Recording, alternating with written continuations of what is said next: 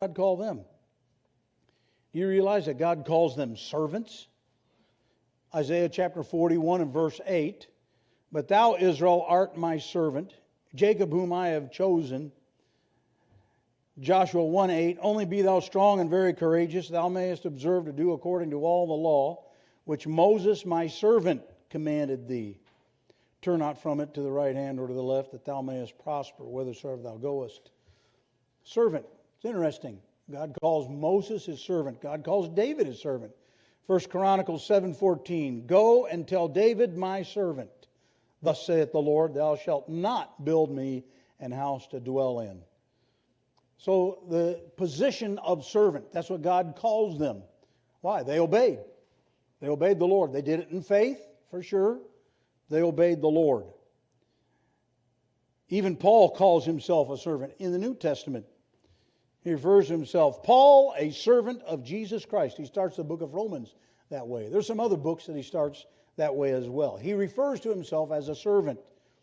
Well, I don't doubt that he thought that way because he had studied the Old Testament virtually all his life. He had training of a Pharisee, and so the Old Testament. But Paul knew the Old Testament backwards and forwards. He knew that book. By the way, it is our responsibility to know the book as well. Amen? It is your responsibility to know the book. It is up to you to read it and study it and learn it.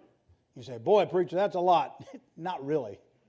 Not really a lot. I remember Lanny's home pastor, Bud Robertson, was talking to a lawyer, witnessing to a lawyer. I remember him telling this several times.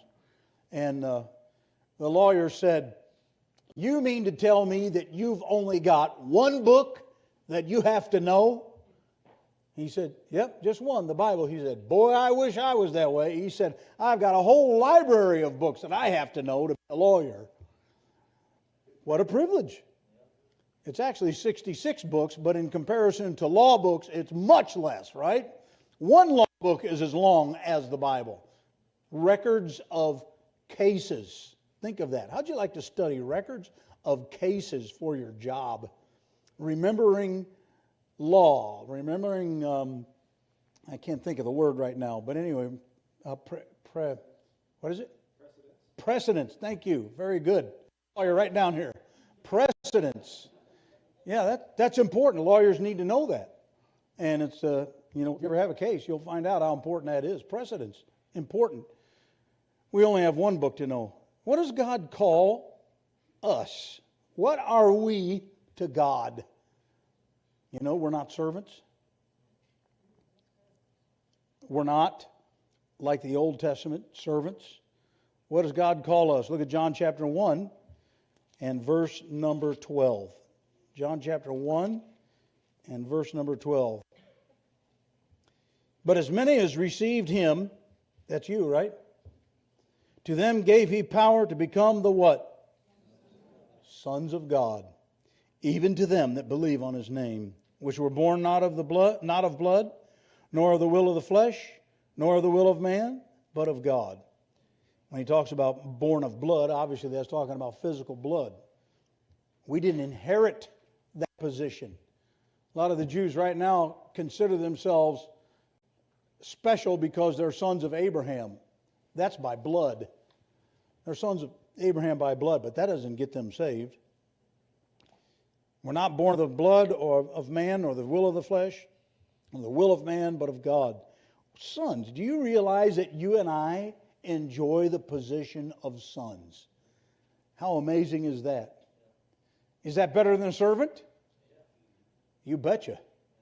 Now, servant's not a bad position if you've got a good master, right? What servants do, what servants are like, what slaves are like, servants. They don't get paid for their work. They have to accept the accommodations that are provided. They don't get to own those accommodations. They own nothing.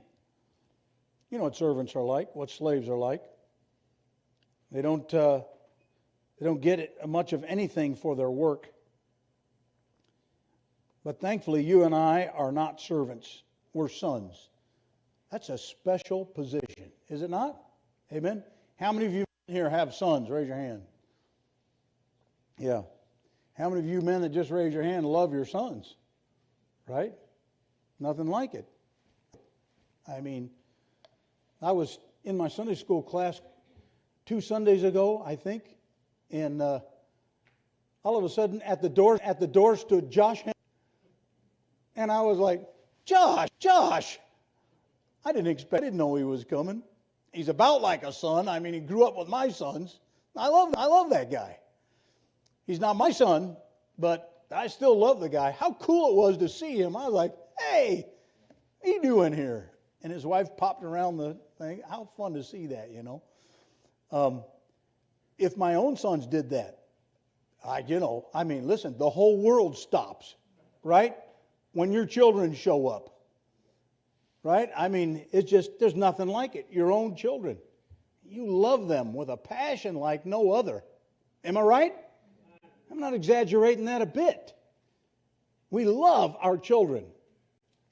I think Chris even loves Zach. I think so. He's thinking about it. It's rough. That relationship is special. Listen, folks, that's what we are to God.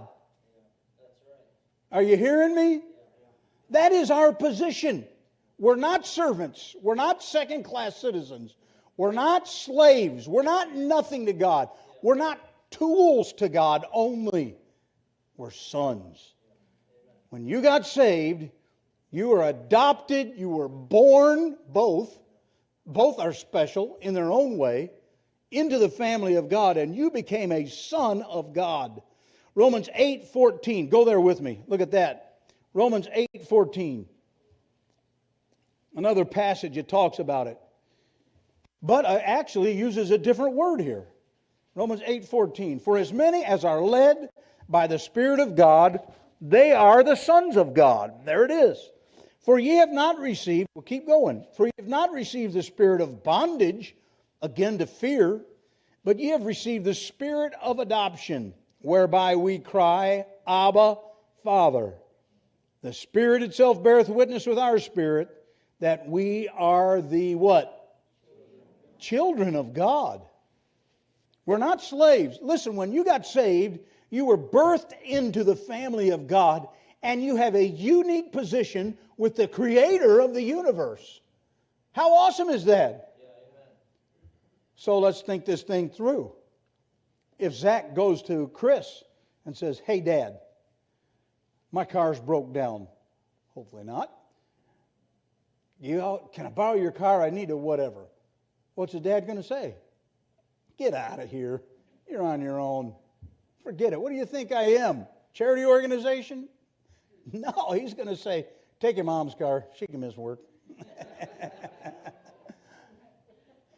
It's a special relationship, right? The father's going to do everything he can for the son. Why? He loves the son. He enjoys the son. There are so many things we could talk about. What's so great about being a son? Well, the